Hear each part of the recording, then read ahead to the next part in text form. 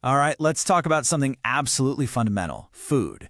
We're going to dive into India's incredible story, a journey from a truly devastating famine to creating one of the biggest food security systems in the entire world.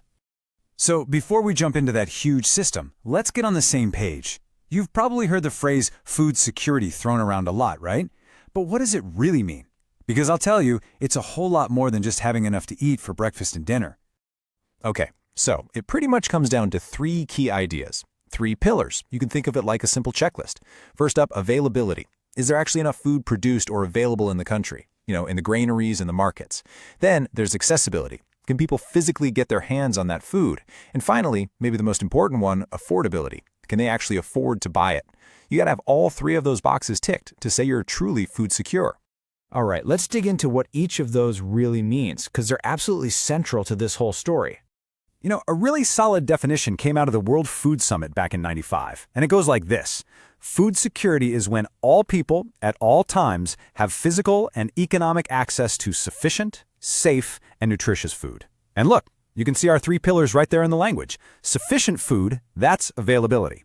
Physical access, that's accessibility. And economic access, well, that's affordability. It all lines up. So to really get why India created the system it has today, we've got to travel back in time.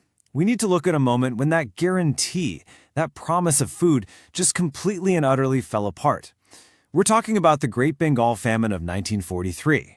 And I mean, this was a catastrophe on a scale that's just hard to wrap your head around. We're talking about 30 lakh deaths.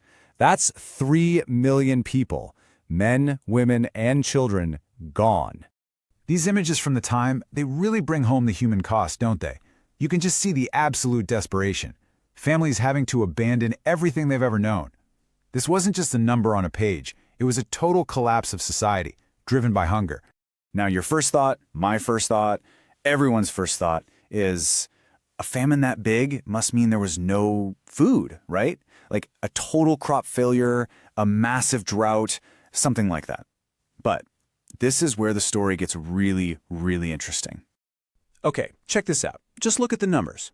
In 1943, the year the famine was at its worst, the total amount of rice available in Bengal was 79 lakh tons. Now get this. That's actually more rice than was available in 1941, a year when there was no famine at all. So what in the world was happening? This is the core insight, and it's something the great economist Amartya Sen really brought to light. The problem wasn't a failure of availability. The food was there. The problem was a complete failure of access and affordability. All of a sudden, the poorest people, the farmhands, the boatmen, the daily wage earners, just couldn't afford to buy food anymore. Prices shot through the roof, their incomes vanished, and their ability to get food just evaporated. They were literally starving to death while warehouses had grain. And that lesson, that painful lesson from history, completely changes how we think about food insecurity even today. The big question shifted.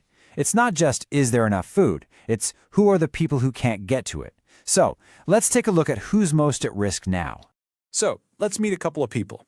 Out in the countryside, you've got someone like Ramu. He works on a farm, but for about 4 months of the year, there's just no work. His family's hunger is seasonal. It comes and goes with the harvest.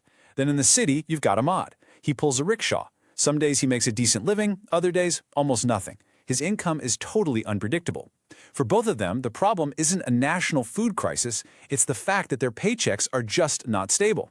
And if you zoom out from those individual stories, you start to see bigger patterns. The people most at risk are almost always those with unsteady work. Landless farmers, artists and craftspeople, casual workers in the cities, and, social identity plays a massive role too. People from scheduled castes, scheduled tribes, and certain OBC groups who have faced historical disadvantages are often the ones who are hit the hardest. So, with the devastating lesson of the Bengal famine burned into its memory, the lesson that access and affordability are everything, a newly independent India basically said, never again. The mission was clear: build a national safety net so that something like that could never, ever happen again. The very first priority was to tackle the availability problem head-on. The goal was self-sufficiency in food, and this drive led straight to what we now call the Green Revolution. It was this huge agricultural push using new tech, new seeds, to basically supercharge the production of staple crops like wheat and rice. And with all this extra food being produced, India could finally build the foundation for its massive food security system. And that system really has two main parts: a huge buffer stock of grain, and the public distribution system, the PDS, which is the network designed to get that grain out to the public. Okay, so how does this whole giant machine actually work? Well, it's basically a three-step dance. Step 1. The government, through an agency called the Food Corporation of India, or FCI, buys up tons of wheat and rice directly from farmers. They pay a guaranteed price called the Minimum Support Price, or MSP. Step 2. All that grain goes into government storage, creating that national buffer stock we talked about. And step 3, that buffer stock is then distributed all across the country to a huge network of ration shops, where it's sold to people at a much lower subsidized price. And that last part? That's the PDS. So you have to give it credit. This system has been amazingly successful at its #1 job, making sure a famine like Bengal never happens again. But, and this is a big but, when you're running something this massive, you're going to run into some equally massive problems. And one of the biggest, most ironic challenges is actually having too much food. It's a real paradox. Take a look at this. The first bar shows the minimum amount of grain the government says it needs for its buffer stock. The second bar shows what it actually has. And as you can see, the actual stock is often way, way bigger. You end up with these overflowing warehouses, with grain literally rotting or getting eaten by pests. It's an absolute tragedy when you think about it. Now, the government knows about these issues, and they've been trying to tweak and improve the system for decades. If you look at this timeline, it started out back in the 70s as a system for pretty much everyone. Then, in 92, they tried to focus it more on remote areas. A few years later, in 97, they switched to a targeted system, with different prices for poor and non-poor households. And since 2000, there have been even more specific schemes for what they call the poorest of the poor. The idea has always been to try and get the food to the people who need it most, without so much waste. But look, let's pull back for a second and not lose sight of the forest for the trees. For all its problems, and there are problems, this system has been a massive, massive achievement. It has stopped famines in their tracks, it's helped keep food prices stable for literally hundreds of millions of people, and it's given farmers a sense of security. It did what it was built to do. And that brings us right to the heart of the matter today.